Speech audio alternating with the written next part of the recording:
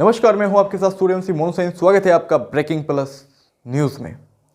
जम्मू कश्मीर के जिला विकास परिषद चुनाव में भाजपा की करारी हार हुई है, लेकिन भाजपा ऐसे प्रचारित कर रही है जैसे उसकी भारी जीत हुई है।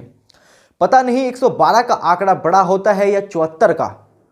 ये ठीक है कि नेशनल कॉन्फ्रेंस, पीडीपी और अन्य कई दलों ने गुपकर नाम के गठबंधन तले चुनाव लड़ा था, लेकिन इसका मतलब क्या यह होता है कि भाजपा जीत गई?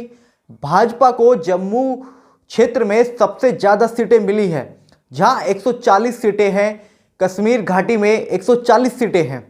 कश्मीर में उसे महज 3 सीटें हासिल हुई है, जिसे वह एक बड़ी जीत प्रचारित कर रही है।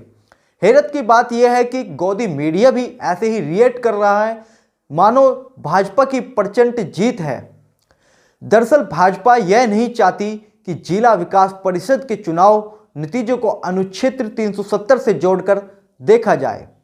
कुल 280 सीटों में से भाजपा को सिर्फ 74 सीटें मिली है, मतलब चौथाई सीटों में कुछ ज़्यादा। उधर गुपकार गठबंधन को 112 और कांग्रेस को 27 सीटें हासिल हुई है, और निर्दलीय को छोड़ दिया जाए तो गुपकार गठबंधन को कांग्रेस को 129 सीटें मिली है। इन दलों को मिला वोट अनुच्छेद 370 के हटाने के खिलाफ वोट मिला है। एक तरफ से देखा जाए तो जम्मू कश्मीर, खासतौर से कश्मीर घाटी के लोगों ने अनुच्छेद 370 की बहाली के हक में वोट दिया है। इसलिए भाजपा गुपकार गठबंधन की 112 को कमतौर और अपनी 74 सीटों को ज़्यादा बताकर भ्रम फैला रही है। जम्मू क्षेत्र में 140 सीटें आती हैं, जिसमें से बीजेपी महज 71 सीटें ही जीत सकी। वहीं गुपकार गठबंधन कश्मीर ही नहीं बल्कि जम्मू इलाके की सीटें भी कब्जाने में कामयाब रहा है। गुपकार गठबंधन की अगुवाई करने वाले फारूक अब्दुल्ला की पार्टी नेशनल कॉन्फ्रेंस ने जम्मू क्षेत्र की 25 सीटों पर जीत दर्ज की है। इसके अलावा एक सीट पीडीपी को भी जम्मू कश्मीर इलाके की मिली है। कांग्रेस भी जम्मू क्षेत्र की 17 सीटें जीतने में कामयाब रही, जबकि 2 सीटें पैथर्स पार्टी और एक बसपा ने जीती है। फर्ज करें अगर भाजपा की 112 सीटें आ जाती तो यही भाजपा यह कहने में देर नहीं लगाती कि कश्मीर की जनता ने अनुच्छेद 370 हटाने की मोदी सरकार के फैसले पर मोहर लगा दी है।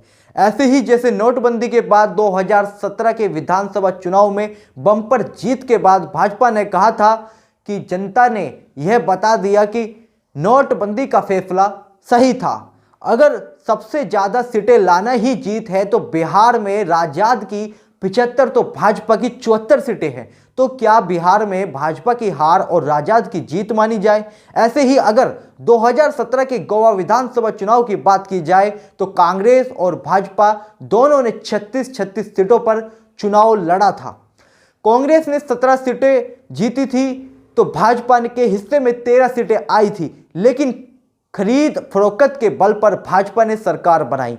जम्मू कश्मीर के सबसे ज़्यादा सीटों के तर्क के आधार पर गोवा में भाजपा हारी थी, कांग्रेस जीती थी। 2014 के जम्मू कश्मीर विधानसभा चुनाव में भाजपा को 25 सीटें मिली थी तो 28 सीटें पर जीत के साथ पीडीपी सबसे बड़ी पार्टी बनकर उभरी थी। क्या जम्मू कश्मीर में भाजपा की हार नहीं थी? भाजपा ने उस पीडीपी के साथ सरकार बनाई जिसे वह पाकिस्तानी परस्त बताती रही है।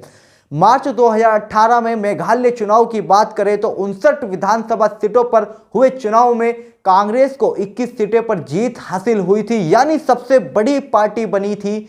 यही मणिपुर में हुआ था। इसलिए भाजपा को जम्मू कश्मीर में सबसे बड़ी पार्टी बनने की आड़ में हार से बचना नहीं चाहिए। ब्रेकिंग प्लस न्यूज पर दमदार खबर देखने के लिए ब्रेकिंग प्लस न्यूज चैनल को सब्सक्राइब कीजिए, और जो आपको ये नोटिफिकेशन बेल का बटन दिख रहा है इसको ऑन कर दीजिए, जिससे सबसे पहले आपको हमारी अपडेट मिल सके। धन्यवाद।